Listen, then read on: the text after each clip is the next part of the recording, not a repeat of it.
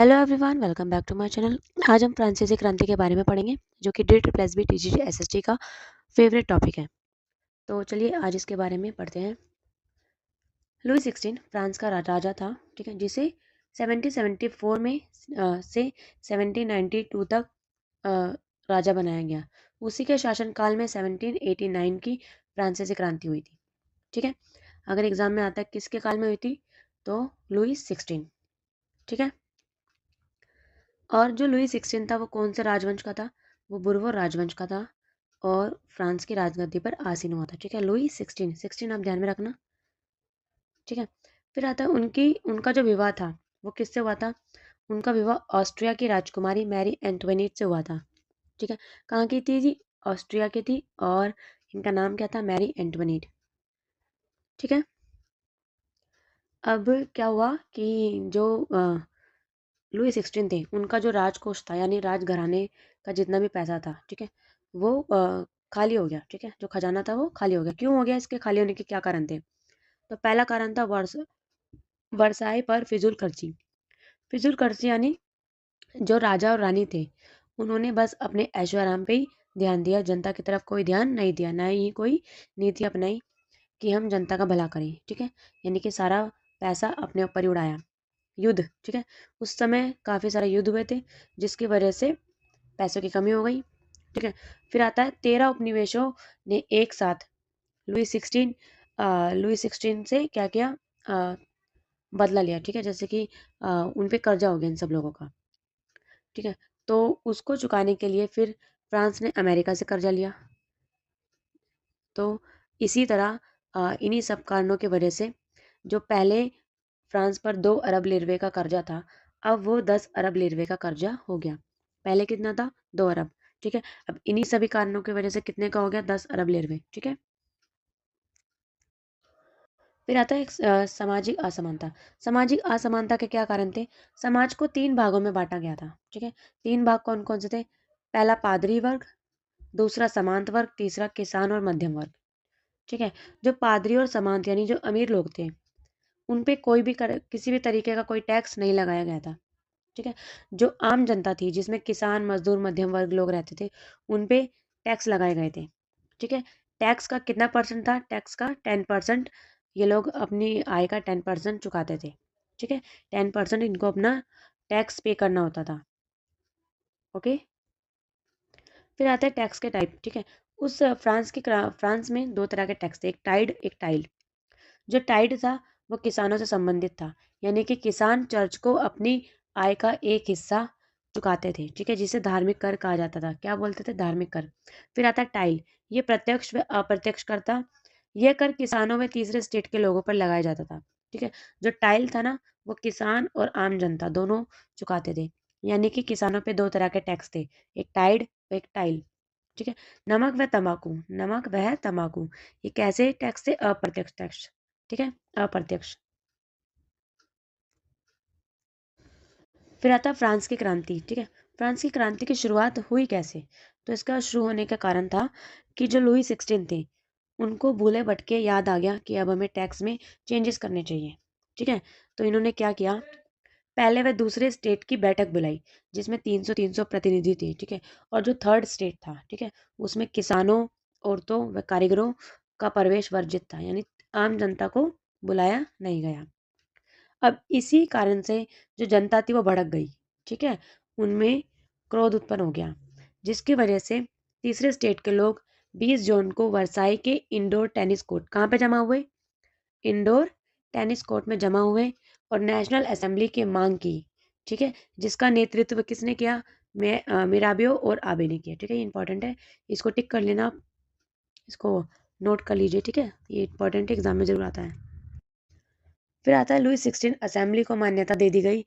अब सत्ता पर सरकार का कंट्रोल आ गया। ठीक है, जो जनता थी ना वो इतनी भड़क गई थी, जिसके वजह से दंगे फसाद हुए। ठीक है, फिर उसके बाद जो लुई 16 को लगा कि अब तो कुछ नहीं हो सकता, अब तो हमें सत्ता छोड़नी पड़ेगी। ठीक है, जिसके बाद किसका कंट्रोल आया सत्ता पे? सरकार का। ठीक है, फिर 4 अगस्त 1789 की रात को असेंबली ने करो कर्तव्य बंधनों वाली जो व्यवस्था थी ना, उसको हटा दिया।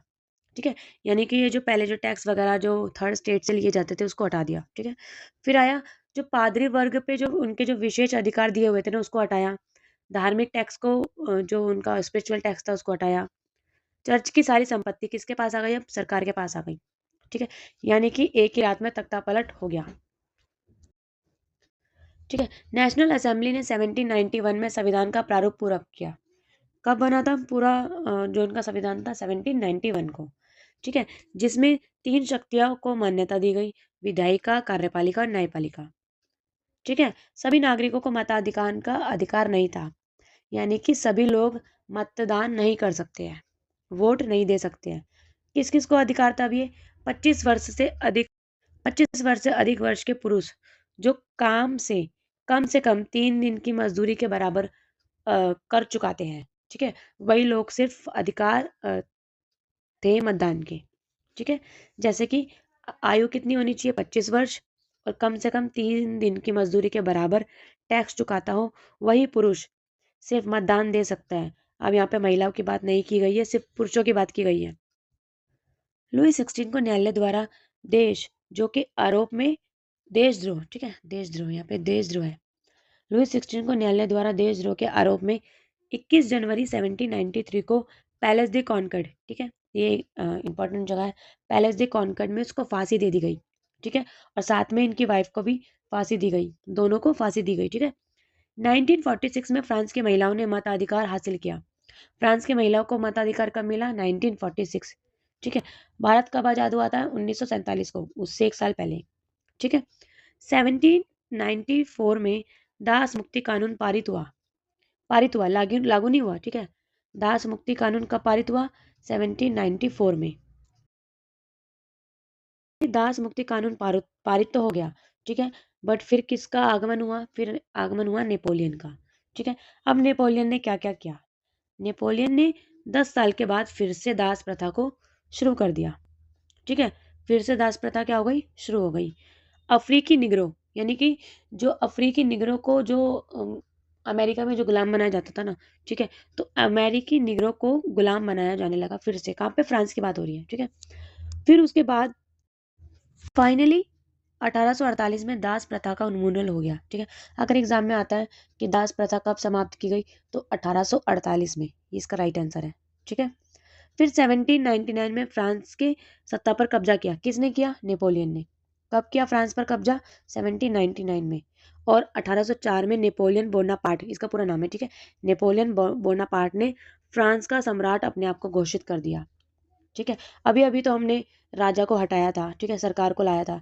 अब ये नेपोलियन आ गया और इसने अपने आप को सम्राट घोषित कर दिया। ठीक है, वही से निरंकुशवादी सत्ता फिर से आ गई। ठीक है, अब इसमें क्या हुआ कि जो आसपास जो लोग थे, ठीक है, आसपास का देश, उन सब लोगों ने मिलके 1815 में वाटरलू में नेपोलियन की हार हो गई।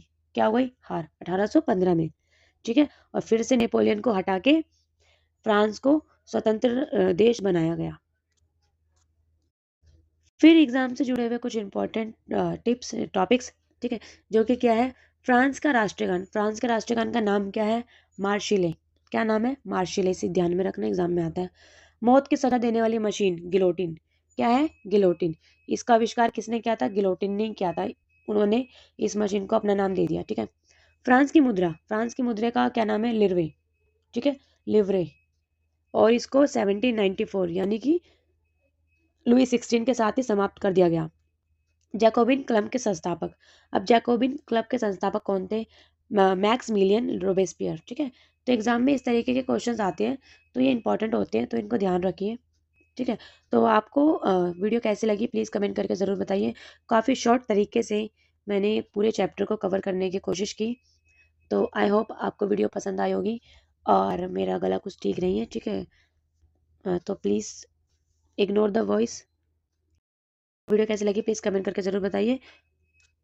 और आपको नेक्स्ट वीडियो कौन से टॉपिक पे चाहिए? रूस की क्रांति या विश्व युद्ध पे, वर्ल्ड वॉर पे? ठीक है, तो अगर दोनों में से अगर आपको किसी भी टॉपिक पे डाउट है या फिर नोट चाहिए, तो आप मुझे कमेंट करके बता सकते हैं। वैसे तो मुझे दोनों टॉपिक पे वीडियो बनानी है, बट आप जिस पे कमेंट करोगे उस पर टॉप वीडियो पे पहले वीडियो बना दूंगी। ठीक है, तो thank you everyone for watching.